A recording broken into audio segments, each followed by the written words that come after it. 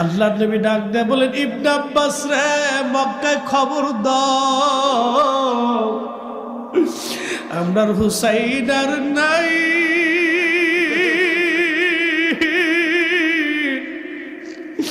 আমার হুসাইন কারবালার শহীদ। আমি আমার হুসাইনের শাহাদাতের সময় আমি নবী তার পাশেই ছিলাম। আমার হুসাইনের রক্ত গুলে নিয়ে আমি আল্লাহর আদালতে যাইতেছি। আমার হুসাইনের রক্ত গুলে নিয়ে আমি আল্লাহর আদালতে যাইতেছি। আমার হুসাইন শহীদ, আমার হুসাইন আর নাই। ইবনে আব্বাস রে, মক্কায় খবর দাও, আপনার হুসাইন আর নাই, হুসাইন শহীদ হয়ে গেছে। মুহররমের 10 তারিখে কি ঘটিল রব্বানা,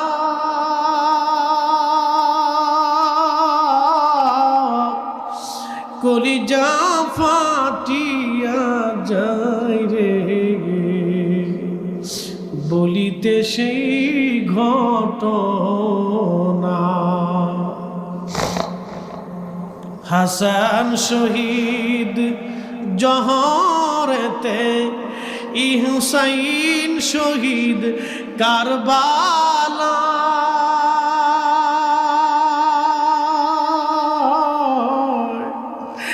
জয়নাল আবেদিন দিলে রইল, এজিদের ওই জেলখানা। জয়নাল আবেদিন দিলে রইল, এজিদের ওই জেলখানা। আল্লাহর কসম করে বলি, নবীর আহলে বায়তের মুহাব্বতের চোখের পানি বৃথা যাবে না রে মুসলমান।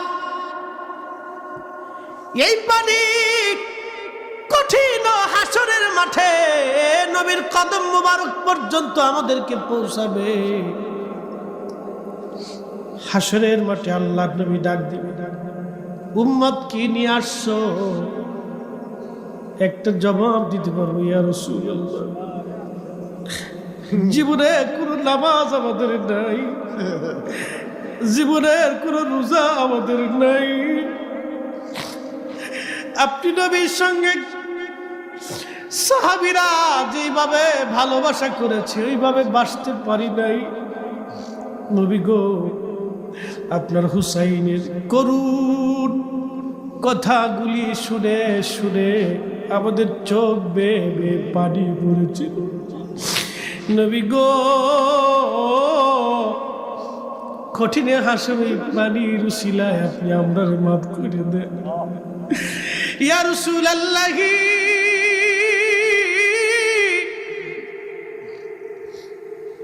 গুনাহগার বলে তারাই দিবেন না, আপনি তো রহমতের নবী, আপনি বিল মুমিনিনা রাউফুর রহিম। আল্লাহ রহিম, আপনি মুমিনদের জন্য রহিম। নবী গো, আজ তারাই দিবেন না।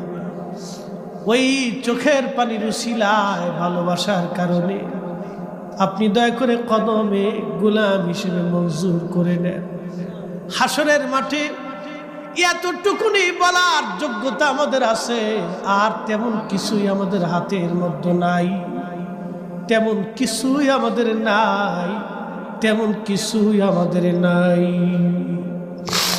আরে হুসাইন যদি ওই দিন বলতো আল্লাহ আসমান থেকে বৃষ্টির পানি দাও, আল্লাহ তাই দিতেন। ইমাম হুসাইন যদি বলতেন আল্লাহ ফোরাত নদী আমার দিকে নালা করে দাও, ফেরেশতারা তাই দিতেন। ইমাম হুসাইন যদি বলতেন আল্লাহ পাথর থেকে পানি বের করে দাও, আল্লাহ তাই দিতেন। কেন তিনি পানি চান নাই? কেন তিনি সন্তান সামনে শহীদ হলো? কেন নিজে শহীদ হলেন?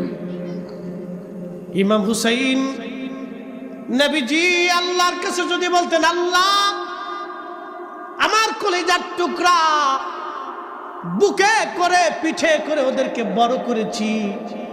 আমি তো তোমার হাবিব, আমি চাই না ওরা এত কষ্ট পাক, আসানের সাথে ওদের জান কবজ হবে।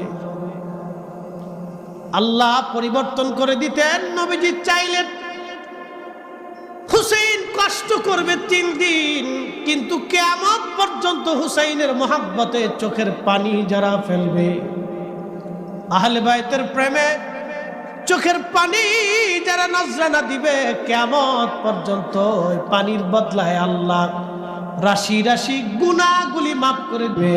চিৎকার মেরে জোরে বলা যাবে কি আল্লাহু আকবার। ইমাম হুসাইন রাদিয়াল্লাহু আনহু, ইমাম হাসান রাদিয়াল্লাহু আনহুকে বিষ প্রয়োগে হত্যা করা হলো। শহীদ হয়ে গেলেন তিনি।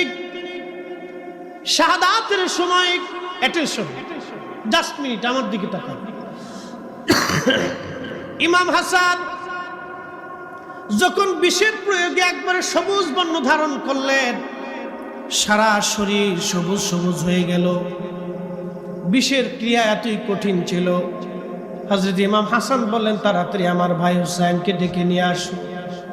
ইমাম হুসাইন রাদিয়াল্লাহু আনহু দৌড়াই গেলেন।